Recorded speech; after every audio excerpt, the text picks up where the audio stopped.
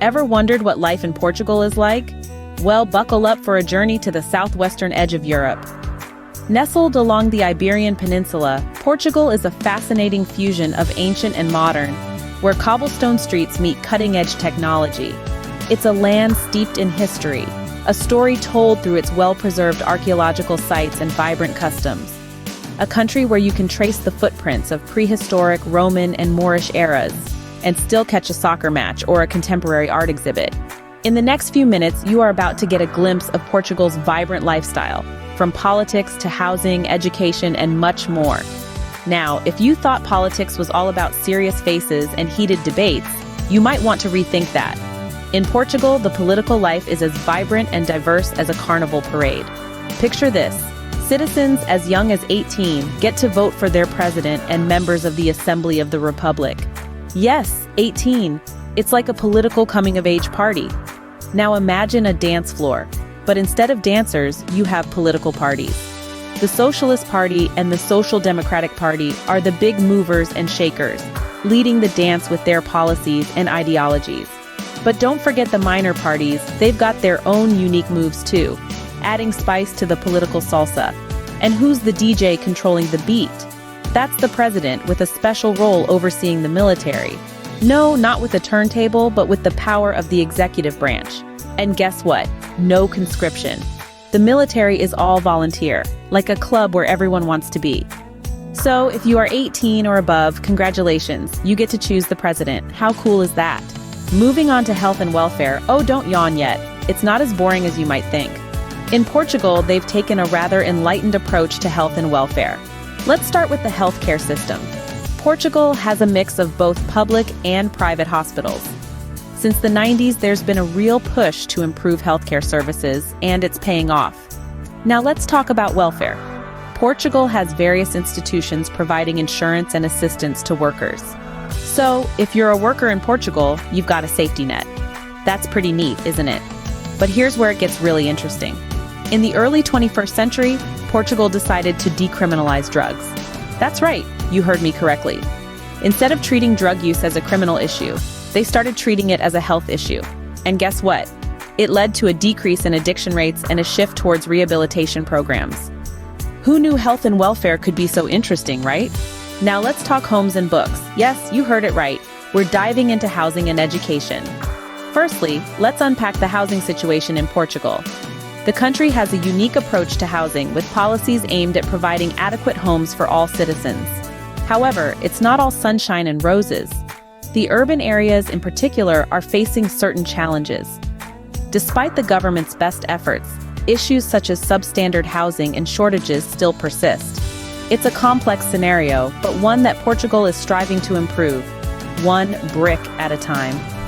Now let's flip the page and delve into Portugal's education system. The Portuguese believe in the power of knowledge, and hence education is compulsory from the age of 6 until 18. The focus? Reducing illiteracy rates and increasing enrollment. This commitment to education is not just a policy, it's a national mission. Over the years, Portugal has made significant strides in this area, with literacy rates climbing and more children staying in school. But the education doesn't stop at the school gates. Portugal's rich history and culture serve as another classroom, teaching lessons that can't be found in textbooks. From the prehistoric influences to the Roman and Moorish eras, every street corner, every monument, every piece of art tells a story. Remember, in Portugal, you never stop learning, whether you're in school or just walking down the street. Finally, let's dive into the heart of Portugal, its rich and diverse culture. This is where the spirit of Portugal truly shines, a vibrant tapestry woven from centuries of diverse influences. Let's start our cultural journey at the dawn of time in the prehistoric era. It's hard to imagine, but Portugal's cultural roots stretch back to these ancient times, a silent testament to the resilience and continuity of human societies. Even today, the echoes of this epoch reverberate in the country's folklore, music, and art. Now, fast forward to the Roman era. Yes, the Romans, those famous empire builders who left their indelible mark on the world. Portugal was no exception. Roman influence is deeply ingrained in Portuguese culture. It's in the language, the architecture, the legal system, and even the calendar. It's like a Roman time capsule, but with a distinctly Portuguese flavor. But wait, there's more. Enter the Moors, bringing with them a rich cultural heritage from North Africa. For several centuries, the Moors ruled large parts of Portugal, infusing the country with their artistic, intellectual, and architectural prowess. The Moorish influence can be seen in the beautifully intricate tile work known as azulejos, the haunting melodies of fado music, and the architectural marvels that dot the country. Everyday life in Portugal is a living museum, where the past and the present blend seamlessly. Whether it's the ancient castles standing side by side with modern buildings, the traditional cuisine that draws on centuries-old recipes, or the festivals that celebrate Portugal's diverse heritage, there's always a nod to the past. So, there you have it, a whirlwind tour of life in Portugal. But remember, this is just the tip of the iceberg. And just like that, our quick trip to Portugal comes to an end. A journey through a land where age-old traditions and modern sensibilities coexist in harmony. We've glimpsed into the nation's political life, witnessing the interplay of the Socialist Party and the Social Democratic Party. We've learned about the impressive strides Portugal has taken in areas such as health, welfare, and the decriminalization of drugs, leading to a shift towards rehabilitation.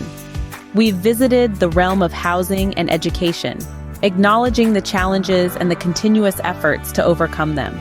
But perhaps the most captivating of all was the rich tapestry of Portuguese culture, a beautiful blend of prehistoric, Roman, and Moorish influences that leaves a lasting impression on every visitor.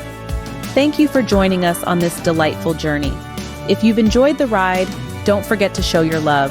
Like, share, and subscribe to our channel for more captivating explorations into world cultures. Until next time, keep exploring, keep learning, and keep having fun. Adios.